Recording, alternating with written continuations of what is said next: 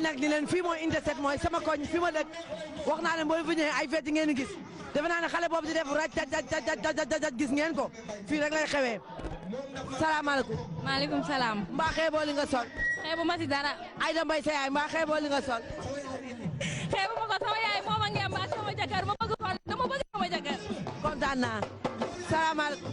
maaleykum salaam. Sanga Lawbe mbaa xeeboo li nga sol. ah mbaa xeeboo li nga sol. déedéet namoon naa la nag yaa ngi ci jàmm avec la ci tout possible jàpp rek teel ba mu dëgër rek yàlla baax na sëñ Fall. mbaa xeeboo li nga sol. non xeeb ma ko bisu dee ma gisee bi la dañ koy yenu téye ko ba mu dëgër. kontaan naa ci yow. salaamaaleykum.